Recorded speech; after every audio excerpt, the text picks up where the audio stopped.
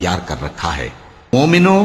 جب تم اللہ کی راہ میں باہر نکلا کرو تو تحقیق سے کام لیا کرو، اور جو شخص تم کو سلام کرے اس سے یہ نہ کہو کہ تم مومن نہیں ہو، کہ اس سے تمہاری غرض یہ ہو کہ دنیا کی زندگی کا فائدہ حاصل کرو۔ سو اللہ کے پاس بہت سی غنیمتیں ہیں، تم بھی تو پہلے ایسے ہی تھے،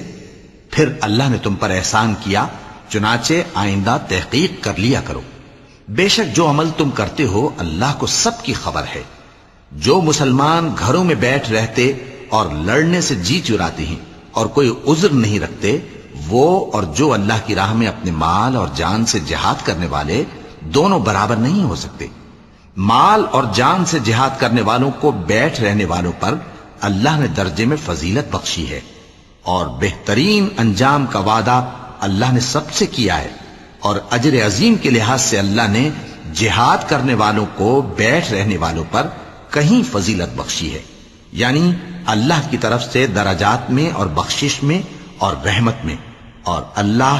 بڑا بخشنے والا ہے، بڑا مہربان ہے۔ جو لوگ اپنی جانوں پر ظلم کرتے ہیں، جب فرشتے ان کی جان قبض کرنے لگتے ہیں تو ان سے پوچھتے ہیں کہ تم کس حال میں تھے؟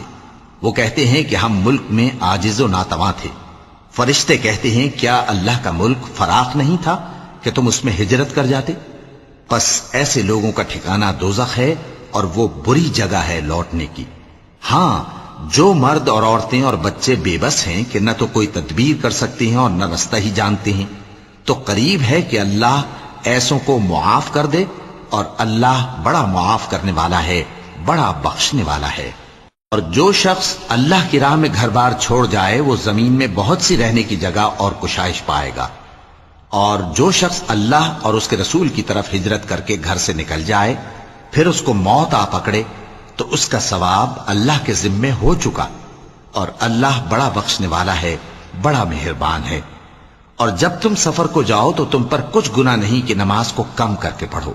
بشرطے کہ تم کو خوف ہو کہ کافر لوگ تم کو ستائیں گے، بے شک کافر تمہارے کھلے دشمن ہیں۔ اور اے پیغمبر،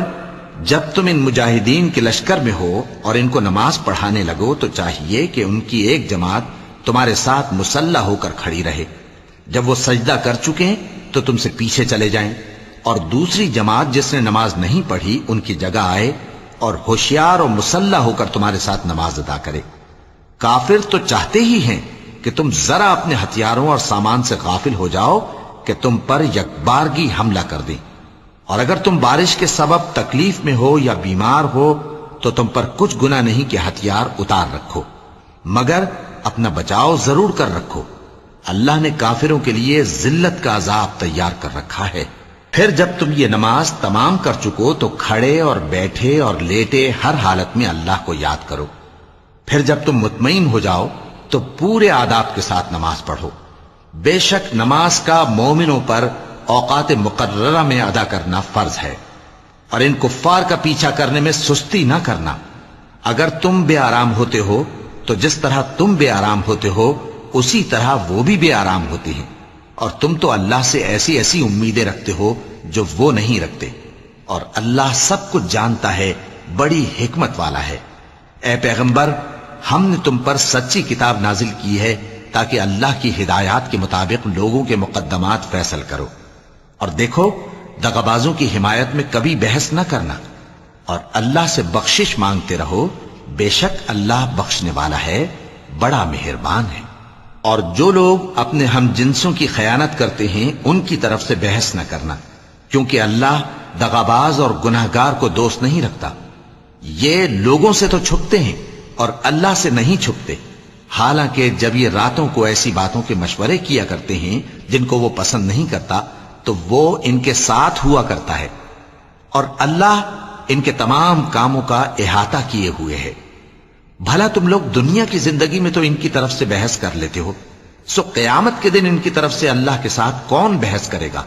اور کون ان کا وکیل بنے گا؟ اور جو شخص کوئی برا کام کر بیٹھے یا اپنے حق میں ظلم کر لے پھر اللہ سے بخشش مانگے تو اللہ کو بڑا بخشنے والا، بڑا مہربان پائے گا۔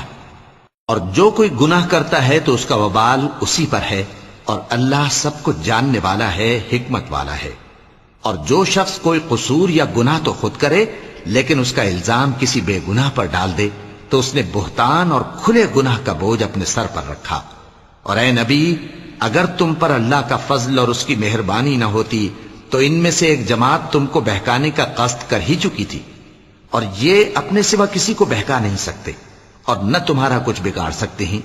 اور اللہ نے تم پر کتاب اور حکمت نازل فرمائی ہے اور تمہیں